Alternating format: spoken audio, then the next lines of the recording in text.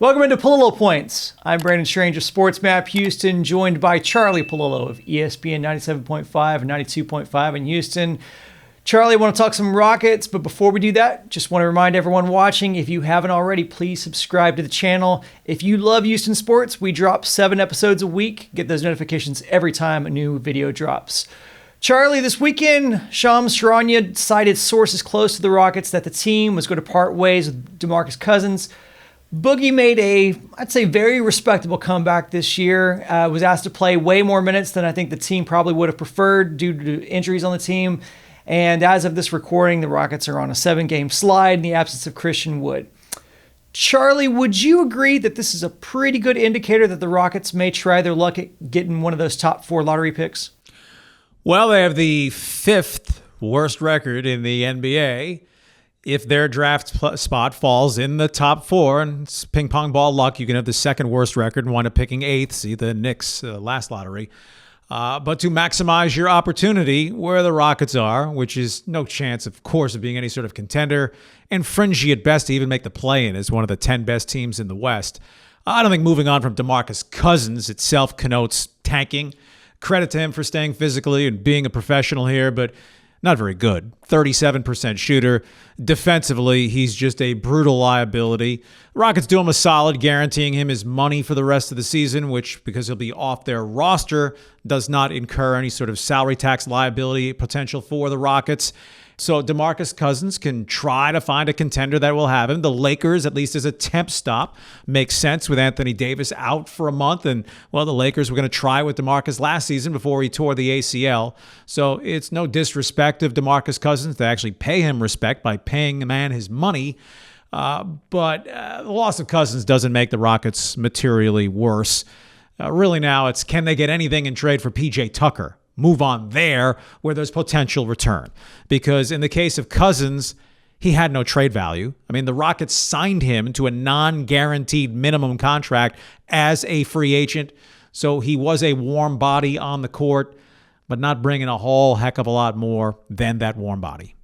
I think all that's fair. I think, to counter that, I think I'd say that I think the Rockets were probably looking to have him in much smaller doses. And prior to Christian Woods getting hurt, we did see that, just smaller spurts, and maybe like that could be a good role for him on a team that does, is contending, that just needs to bridge a gap between, resting starters and secondary players. Charlie, I think also, too, what's going to be funny about this is I think Rockets fans may also look back fondly on Boogie's time here, as well as John Wall. I know John Wall's not going anywhere, but I think they definitely endeared themselves to the community while they were here after, with the whole Harden, pushing his way out of town. I do think it's going to be interesting. I think I definitely didn't expect much from Boogie, and I feel... I definitely have a level of respect for him now. But do you blame the Rockets, though, for taking a shot, getting back to kind of the playoff positioning or the lottery positioning? Do you blame the Rockets here for taking a shot at being the top 4 in the draft versus trying to be a top 8 in the stacked West? Oh, no. It's the sensible business and basketball proposition. I mean, with Christian Wood, it's not as if the Rockets had established themselves as any good. They were playing 500 type ball, but they'd beaten exactly 0 good teams. Any good team they faced, they lost. Christian Wood's the one material piece going forward. You hope that when the Rockets get good again, Wood's still a part of it. Right? He's 25 years old. So if they can hold on to their own pick and get the right ping pong ball combo that comes out, a top 4 pick in what's considered to be a pretty solid NBA draft, they need building block pieces, right? They have all these role player, David Nwaba, Jayshawn Tate type guys. The Rockets need to come up with a star level player or an evolving into a star level player. And then probably another one beyond that to team with Christian Wood for the next era of winning Rockets basketball, because their near-term future is bleak. Daryl Morey, when he was kind of explaining how he and Les Alexander were plotting the path after Yao and McGrady, the 2 options that were there were one was to keep a competitive team on the court, collect some assets, collect, win these small trades, and then put themselves in a favorable position to, when a big trade was available, they could make that big move. And that's ultimately what they did, turned into James Harden. The other option, which in Morey's opinion was the faster option, was to tank and rebuild from the ground up.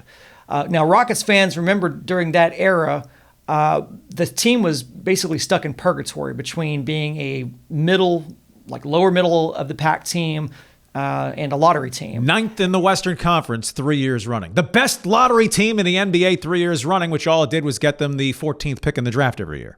And one reason Alexander chose that path was because he still wanted fans to come out. And at any given night, if a fan came to a game, the team had basically a 50-50 shot at winning on a game-by-game basis.